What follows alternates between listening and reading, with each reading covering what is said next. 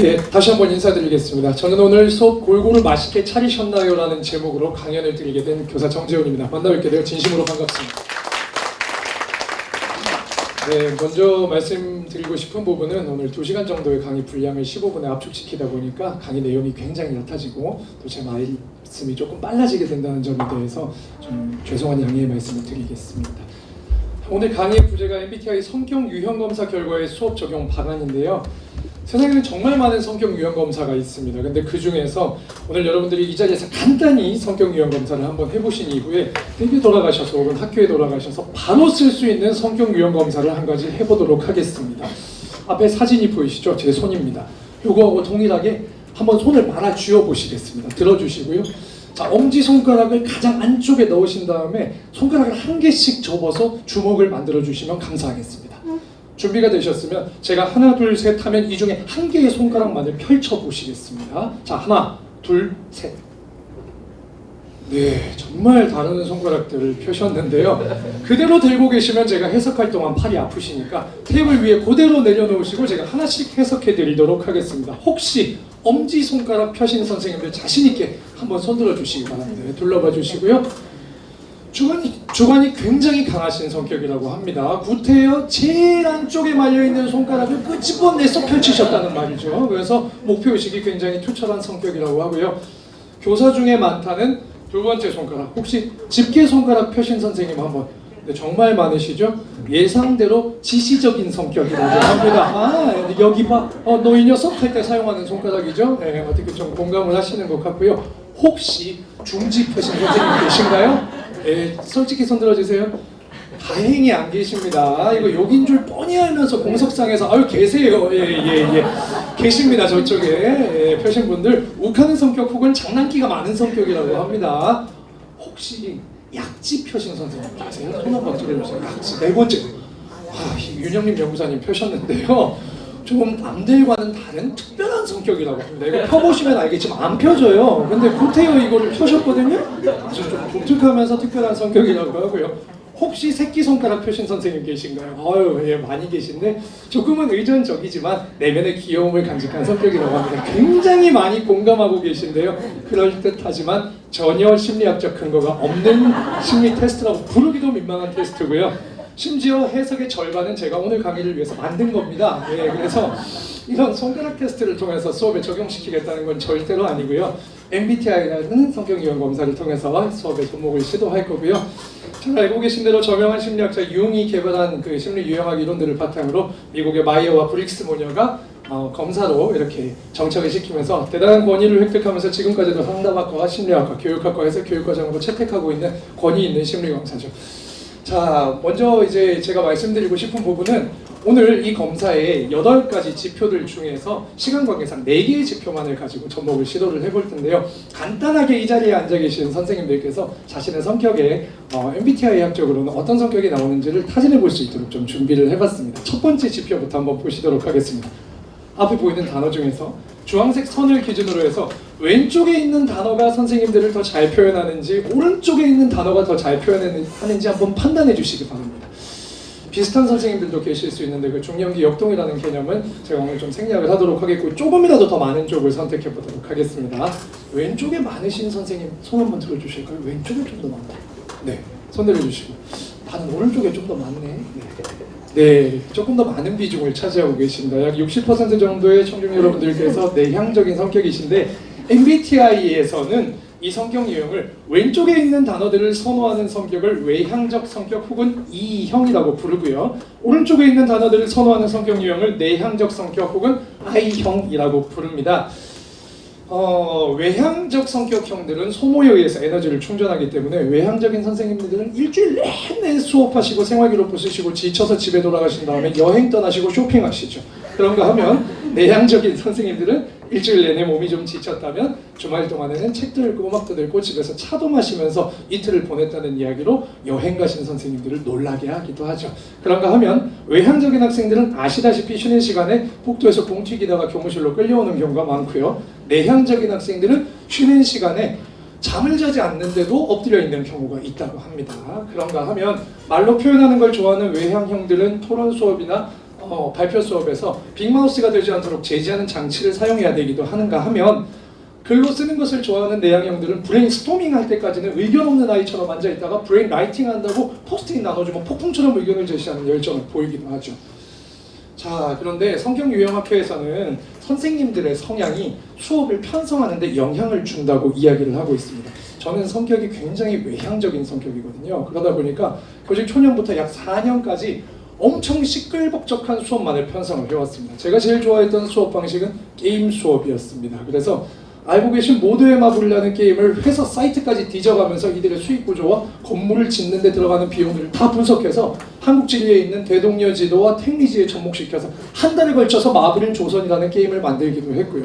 거꾸로 수업의 일환이었기 때문에 찬스 카드까지 디테일하게 만들어서 1시간 동안 선생님이 들어가서 말판과 주사위만 던져주고 나면 1시간이 끝나고 나면 대동여지도와 택리지의 내용을 습득하게 되는 거꾸로 수업을 해서 공개 수업으로 진행을 하기도 했었죠. 그런가 하면 게임 중독의 요소라고 불리는 스킬과 포인트 누적, 성장과 확률이라는 4가지 요소들을 약 2달간 분석해서 아이들을 수업에 중독시키겠다는 원대한 목표를 가지고 포스라는 저만의 수업 방식을 겨울방학 내내 연구해서 만들기도 했습니다. 지금은 완전히 폐기처분한 수업이지만 이때 당시에 이 수업을 배우겠다고 찾아오신 선생님들이 많았던 만큼 굉장히 센세이셔널 수업이었기 때문에 형태를 간단히 말씀드리면 간단합니다. 수업 중 포인트를 모은다, 스킬을 뽑고 강화한다, 팀게임 토너먼트에 참가한다는 것인데 체험을 한번 시켜드리도록 하겠습니다. 앞에 있는 수식을 빠르게 계산해서 답을 말씀하실 수 있는 선생님 손댈 필요 없이 말씀하시면 됩니다.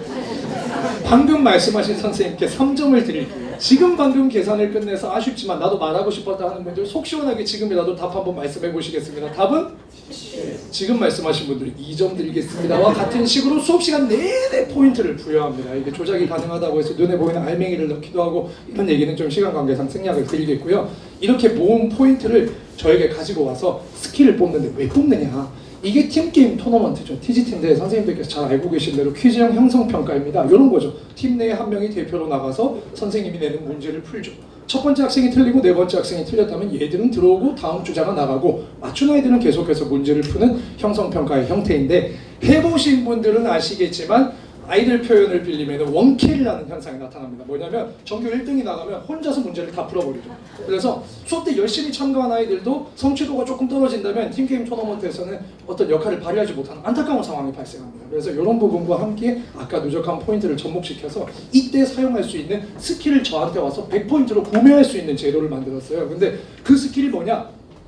저격, 나온 학생을 쏩니다. 그럼 게임 불가능 상태로 만들고 얼리기, 말하지도 못하게 하고 움직이지도 못하게 하는 상태를 지속해서 문제 풀기를 방어한다거나 마인드 컨트롤, 상대편 에이스를 우리 편으로 뺏어오기도 하고 시간을 되돌려서 상황 발생 전으로 돌리기도 하는 22가지 스킬을 2달 넘게 만들었어요. 그리고 애들이 뽑으러 오는데 뭘 뽑고 싶겠습니까? 이 시간 돌리는 거 천하무적입니다. 일어났던 문제 상황부터 죽은 애들 다 살릴 수 있거든요.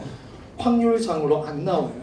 그래서 제자리에 와서 저 스킬을 뽑으려고 100포인트를 쓰고 뽑으면 시간을 돌리고 싶은데 안 나오거든요. 그러면서 수업에 중독이 되어가는 모습을 볼 수 있었는데 요걸 적용해서 TGT를 하면 어떻게 될지 예상되시죠? 자, 전교 1등 나왔네. 저격 스킬로 너 빵! 너 게임 못하지? 우리 편을 쏘다니 너를 우리 편으로 뺏어오겠어. 이리 와! 하기 싫어. 하는 동안 나는 얘를 얼려야지. 너 문제 풀지 마. 꽁꽁 하고 시간 돌려서 처음으로 돌려버릴 거야. 이런 식의 상황이 발생하죠. 이러면 수업 분위기 어떻게 되죠? 이렇게 되면 이게 연출 상황이 아닌 거예요. 이거 실제로 제가 유튜브에 지금도 올려놓은 8년 전 수업 영상입니다. 그때 당시에 이 충격적인 수업을 이름만 대면 알만한 성취도와 수업 의지가 굉장히 낮은 학교의 학생들이었는데도 불구하고 이 모습을 보시려고 이 카메라 라인 뒤쪽에 약 다른 학교에서 오신 30분의 선생님들이 계시고 우리 원장님도 여기서 저를 처음 보시고 이번에 오셔서 너를 기억한다라고 말씀을 하셨었죠. 근데 어쨌든 이런 수업을 하고 나면 외향적인 성격, 즉 왼쪽에 있었던 성격의 아이들 어떻게 반응할까요? 목소리도 재밌게 하시고 단체적으로 수업하는 게 되게 재밌고 성격에 잘 맞았어요.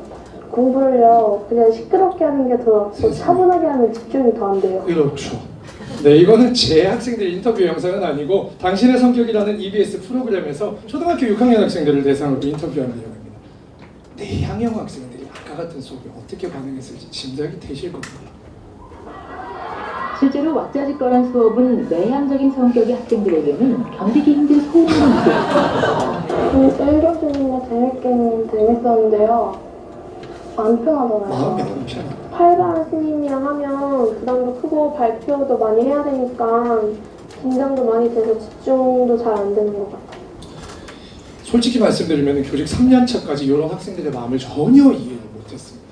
새벽까지 잠 안 자고 수업을 짜가서 주변 선생님들이 못하러 매일 짜는 수업을 그렇게까지 짜냐고 할 때 짜서 갖고 가서 아침에 잠 못 잔 상태로 1교시에 투입했는데 왁자지껄한 수업에 이런 반응 보이는 친구가 있으면 외면이 아니라 마음속으로 미워했죠. 솔직히 말씀드리면. 너 어떻게 선생님 마음도 몰라주고 그렇게 반응할 수가 있느냐. 너랑 나랑의 점을 생각해서라도 그러지 않아야 되지 않겠니라고 생각을 했죠.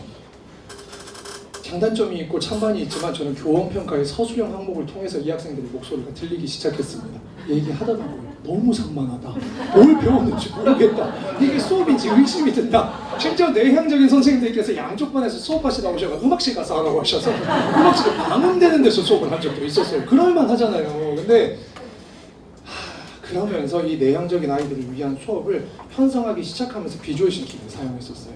굉장히 그림을 네 생각을 그려봐라 라고 하는 이런 과정들을 하나씩 받아가지고 사각사각 하는 수업도 좋은 수업이라는 걸 받아들이게 되고 소극적으로만 보였던 애들이 얼마나 수업에 대한 열정을 가지고 있는지를 이때 알기 시작했던 것 같아요. 그러면서 하브루타도 접목시켰었죠. 당연히 예를 들면 영해에 대해서 가르치는 수업 중에서 이 세 군데 중에서 해수면이 어디일 때 영해를 측정하는 게 좋을까에 대해서 하브루타의 제일 아쉬운 점이 뭐냐면 둘씩 짝지어서 이야기하는 아이들이 이야기하고 있는 대화 내용을 제가 분신술을 써서 다 들으면 너무 좋잖아요. 근데 정제된 결과만을 듣는 게 너무 아쉬운 거예요. 어떤 방법을 썼을까요?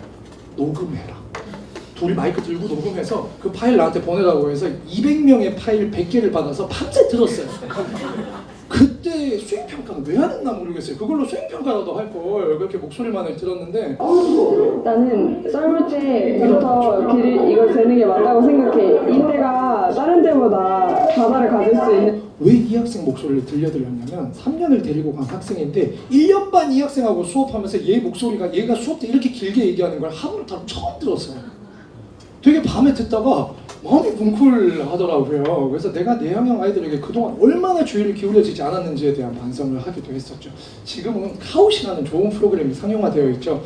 연수를 드리고 싶은데 혹시 모르시는 선생님들은 써두셨다가 꼭 한번 활용해 보시기 바랍니다.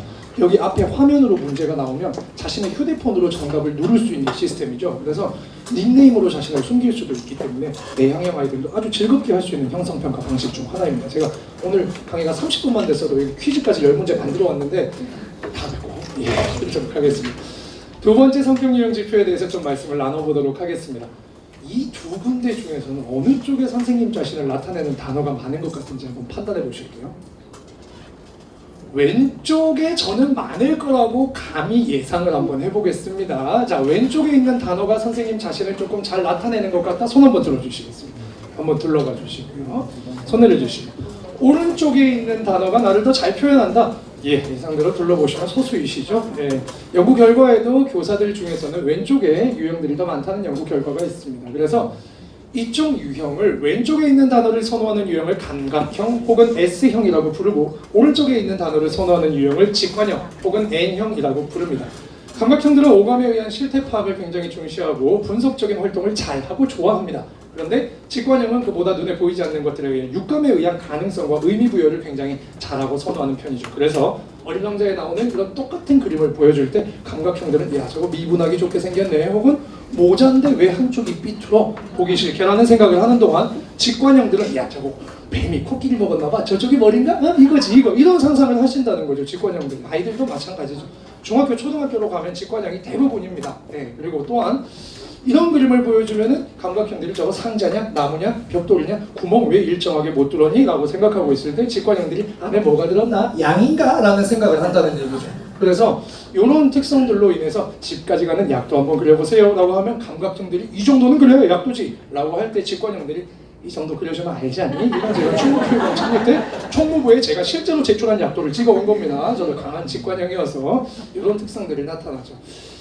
작년과 재작년에 걸쳐서 프로젝트 수업을 융합형으로 열심히 진행을 했습니다. 이 교육과정은 동아리하고 수행평가는 뭐 당연한 것이고 충남은 교과중점학교에서도 약 20명의 학생들을 어렵게 선발해서 100명 가까운 학생들 중에서 선발과 선발을 거쳐서 1년간 한 개의 프로젝트를 깊이 연구하도록 융합형 프로젝트를 진행을 해보고 지금은 이제 천안 오성고등학교에 남아있는 선생님이 공동교육과정으로 이 바톤을 이어받아서 동일한 연구를 저와 협력하면서 진행을 좀 하고 있죠. 이 연구 연구 주제를 보아도 감각형과 직관형의 연구 주제와 성향의 극명한 차이가 드러납니다.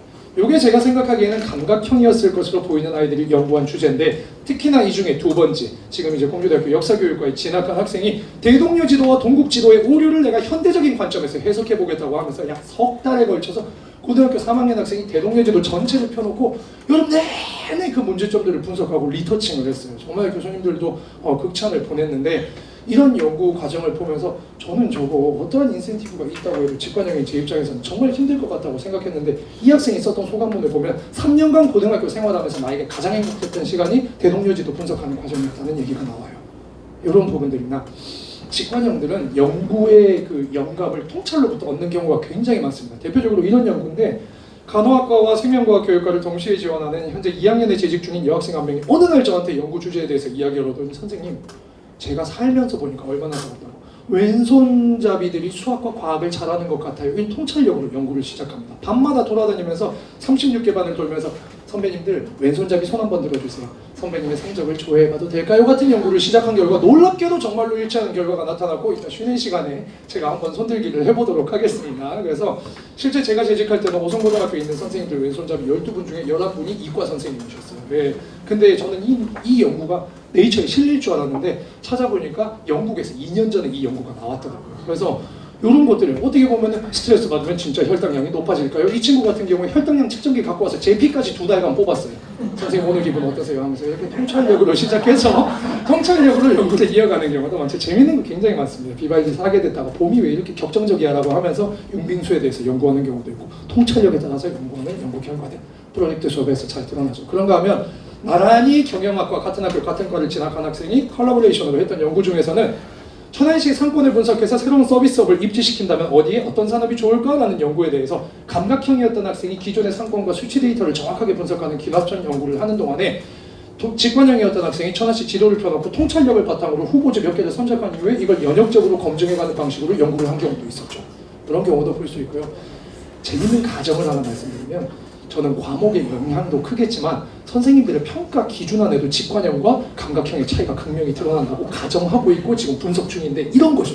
감각형 선생님들은 정확한 숫자를 세서 오류가 몇 개이냐에 따라서 점수를 매기려고 하는 성향을 보일 거라고 저는 생각하고 있습니다. 물론 이과에 많이 드러나겠지만, 반면 직관형들은 이런 거죠. 매우 명확하냐, 명확하냐, 보통이냐, 명확하지 않느냐는 나의 통찰력으로 판단한다, 이런 거.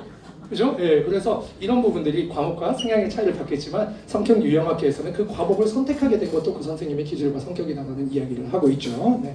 세 번째 지표는 사고형과 감정형인데, 이 부분은 이제 퍼블릭 디베이트라는 그 디베이트의 방식과 칼포퍼 디베이트에 대한 말씀을 드리고 싶었는데, 지금 이미 이 시간이 15분이 거의 다 됐기 때문에 생략하도록 하고요. 이제 말씀을 맺어야 할 것 같습니다. 오늘 수업의 주제가 내향적이고 조용한 아이들한테 발표 수업으로 괴롭히지 말라는 얘기가 아니라는 것쯤은 다들 눈치를 채셨을 거라고 생각합니다. 이런 거죠.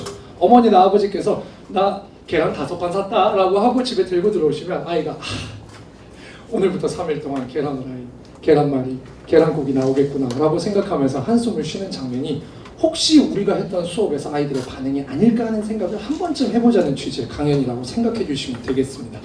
저명한 심리학자인 브라이언 리틀이라는 박사는 테드 강연에서 진짜 당신은 누구인가 라는 강의를 하면서 본인이 굉장히 내향적인 성격이어서 외향적인 강의를 한번 진행하고 나면 다만 5분이라도 화장실에 들어가서 혼자 그 칸 속에서 내향성을 찾는 시간을 보내야만 정상적인 교수 생활이 유지된다는 이야기로 좌중을 폭소하게 한 적이 있었죠. 물론 1인 1역할 분담 잘들 하고 계신 그런 부분들과 르블릭을 조금 다변화시켜서 한 개의 수업과 프로젝트를 통해서도 여러 유형의 학생들이 행복함을 느낄 수 있도록 해준다면 더할 나위가 없겠지만, 만약 그게 어렵다면 이번 기회에 우리 선생님들이 화장실에 들어가는 한이 있더라도 아이들을 위해서 이제까지 차리지 않았던 밥상의 반찬을 한번 올려보는 건 어떨까라는 생각을 말씀드리고 싶었고요.